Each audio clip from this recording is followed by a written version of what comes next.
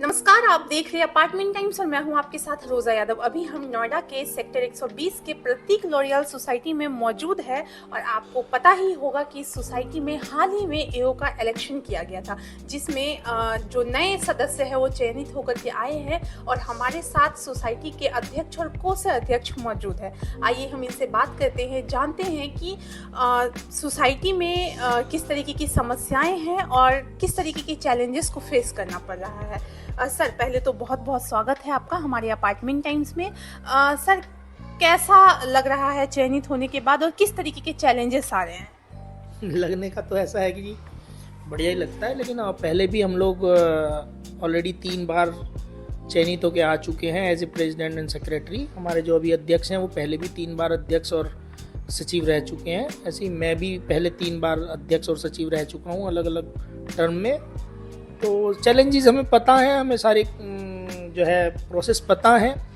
और अभी के जो चैलेंजेस हैं वो मेनली हमारा फाइनेंस का जो समस्या चल रही है वो ज़्यादा बड़ी समस्या है कि जो हमसे पहली एओए थी, कुछ कारणों से या अनभिज्ञता से उन्होंने कुछ इतना ज़्यादा फंड ऑलरेडी स्पेंड कर दिया जितना कि हमारे अकाउंट में था ही नहीं। जो हमारा कलेक्शन है उससे ज़्यादा उन्होंने जो रेवेन्यू कलेक्शन मतलब जो रेवेन्यू है, जो इनकम है, उससे ज़्यादा एक्सपेंसेस कर दिए।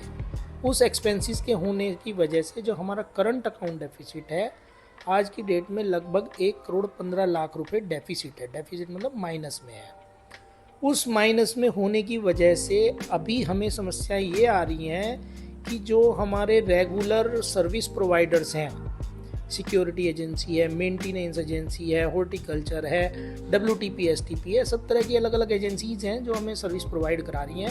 हमको टाइम से उनका पैसा देने में भी दिक्कत आ रही है, क्योंकि अगर हमारा 1 महीने का रेवेन्यू 1 करोड़ है, टर्नओवर है, और 1,15,00,000 रुपए हम ऑलरेडी माइनस में है, तो हम तो पूरे 1 महीने का पेमेंट 1 महीने में कर ही नहीं पा रहे, उससे भी आगे जा रहे हैं।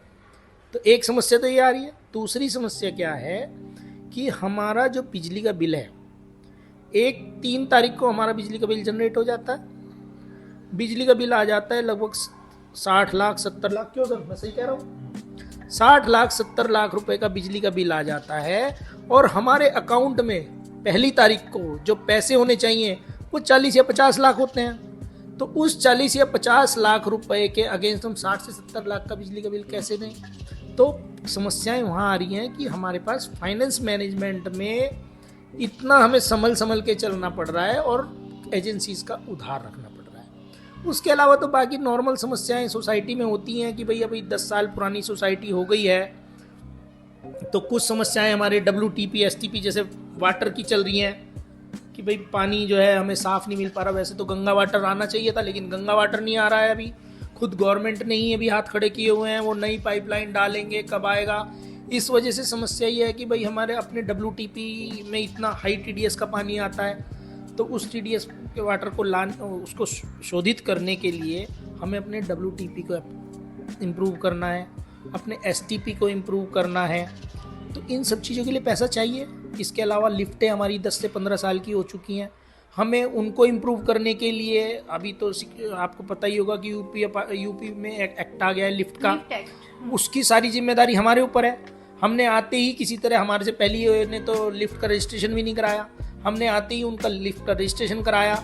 अब हमारे सामने है कि भाई हम अपनी लिफ्ट्स को बिल्कुल अपडेट रखें ताकि कभी किसी तरह की अनटूवर्ड घटना ना हो जाए। अगर हो गई तो हमारी जिम्मेदारी पड़ेगी, लेकिन हमारा बजट अलाउ नहीं करता। जब हमारा बजट अलाउ नहीं करता तो लिफ्ट की समस्या ऐसी हमारी सिक्योरिटी है। सिक्योरिटी भी 3-4 साल से चली आ रही है, किसी का इंक्रीमेंट नहीं हुआ है। जब इंक्रीमेंट नहीं हुआ तो एजेंसीज भी दबाव डालती है कि या तो इंक्रीमेंट करो, नहीं तो उनकी परफॉर्मेंस डाउन जाती है। क्यों सर? तो परफॉर्मेंस डाउन जाने की वजह से क्या हो रहा है कि अब हमको सबका इंक्रीमेंट करना पड़ेगा, इंप्रूवमेंट्स करने पड़ेंगे, उसके लिए पैसे चाहिए।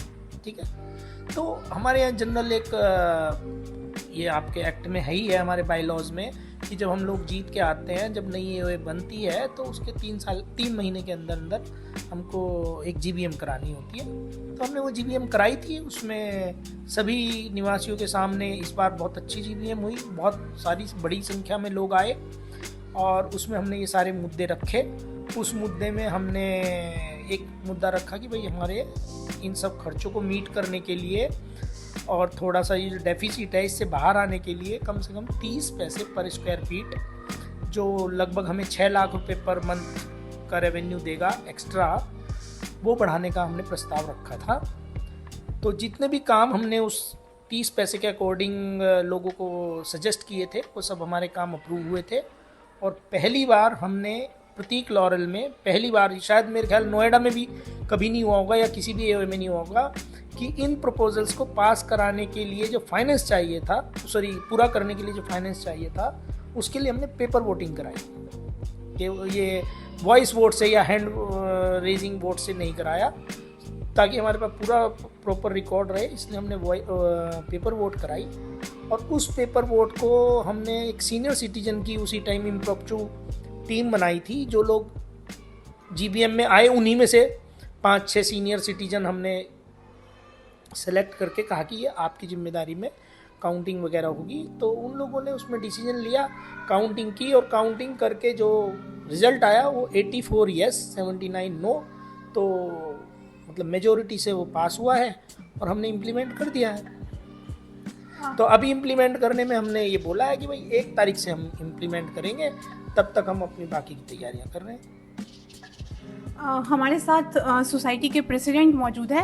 सर, जो अभी सुनने में आया है, सर ने अभी इलेक्शन मेंटेनेंस को लेके जो इन्होंने इलेक्शंस करवाए हैं उनके बारे में अभी बात हुई। सर, अभी रिसेंटली जो है सोसाइटी से और कई जगह से ये जानकारी आई है कि जो इलेक्शंस हुए हैं वो वैलिड नहीं है, जिसमें 9 वोट को वोटिंग अनवैलिड बताया जा रहा है। 9 वोट को आप लोगों ने अनवैलिड कर दिया है, जो आप नहीं दिखा रहे। सोसाइटी के लोगों का कहना है कि नहीं दिखाए जा रहे। तो सर, ये क्या है? क्या देखिए, पक्ष विपक्ष तो होता है। अब जिसको सूट करता है वो ठीक कहेगा, जिसको नहीं सूट करता वो गलत कहेगा, और ये परंपरा चलती रहेगी, ये समाप्त होने वाली नहीं है। और मैं किसी को पक्ष विपक्ष नहीं मानता, सबको रेजिडेंट मानता हूँ। अगर सोसाइटी का हित जो सोचेगा वो इस तरह की बातें नहीं सोचेगा, लेकिन सोसाइटी का हित नहीं है तो जगह जगह प्रोपेगेंडा करेगा, बदनाम करने की कोशिश करेगा, उससे हमें कोई मतलब नहीं। उस जो भी हमने बढ़ाया है उसके सहभागी हम भी हैं। अगर हमको कुछ इसमें और गड़बड़ करना होता, कुछ करना होता, तो हम लोग क्यों बढ़ाते? हम भी उसके सहभागी, हमारा भी बढ़ेगा, हमको अछूते नहीं है उसके अंदर। तो इसमें तकलीफ क्या है? सोसाइटी को आगे बढ़ाना है तो कुछ ना कुछ करना पड़ेगा, सबको सबका सहयोग चाहिए। जब तक रेजिडेंट सहयोग नहीं करेंगे तो हम लोग आगे नहीं बढ़ सकते। और आज ये बात कर रहे हैं, जब बिल्डर के टाइम में सोसाइटी का मेंटेनेंस जो है 2 रुपये 80 पैसे बढ़ने जा रहा था, और उसको हमने घटा करके 2 रुपये पीस दिया, तब तो किसी को तकलीफ नहीं, वो भी हमने किया था। IFM से आया, बहुत सोसाइटियां होती हैं जो नहीं बांटती, हमने सारा IFM से लोगों का पैसा 75% लोगों को दिया। उस टाइम तो किसी को तकलीफ नहीं हुई, आज क्यों तकलीफ है? अगर 3 साल बाद बढ़ रहा है तो क्या तकलीफ है इसके अंदर? क्या हम नहीं दे रहे हैं? हम भी देंगे उस चीज को। तो इसमें सहयोग करने की बजाय आप उल्टी सीधी बातें कर रहे हो, तो ठीक बात नहीं है। सर, कहा गया था कि जानकारी के अकॉर्डिंग सर कहा गया था कि कोई डीएम का आदेश आया है क्या आप लोगों के पास? तो देखिए, ऐसा है कि इस बार दुर्भाग्य से क्या है कि जो टीम आई है चुन के, उसमें 10 लोगों में से 4 लोग जो हैं वो राइवल ग्रुप के हैं। तो जो राइवल ग्रुप के हैं वो अपना राइवल धर्म निभा रहे हैं, तो वो किसी भी काम में विपक्ष का भूमिका निभाते हुए एक प्रोपेगेंडा करते हैं। इसमें कुछ नहीं है। जो मेजोरिटी से रिजोल्यूशन पास हुआ है, सीनियर सिटीजन्स ने वोटिंग कराई है और वोटिंग काउंट की है, उनका अपना डिसीजन है। हर चीज़ कैमरे के अंतर्गत हुई है। हमारा एक प्रोफेशनल कैमरामैन बुलाया हुआ था, उसने पूरी की पूरी आपकी रिकॉर्डिंग की हुई है। इन लोगों के भी, 4 लोगों के भी अपने कैंडिडेट थे, अपने साथी थे, वो लोग भी रिकॉर्डिंग कर रहे थे। पूरा प्रोसेस से गिना गया है। अगर किसी को कोई शिकायत है तो ठीक है, उनका अधिकार है। उन्होंने अपने अधिकार के अंतर्गत कहीं ईमेल लिख दी, डिप्टी रजिस्ट्रार को लिख दी, कॉपी डीएम को भेज दी, एडीएम को भेज दी, किसी को भी भेज दी, तो ठीक है। जब अगर कहीं से हमने अपना कर्तव्य निभा दिया, हमने अगर हमारा रिजोल्यूशन पास हो गया है, हमने एक मिनट्स ऑफ मीटिंग पब्लिक में फ्लोट कर दी हैं। उस मिनट्स ऑफ मीटिंग में हमने बोला है कि भाई ये डिसीजन हुआ है और 1 तारीख से यानी कि 1 अगस्त से ये इम्प्लीमेंट होगा।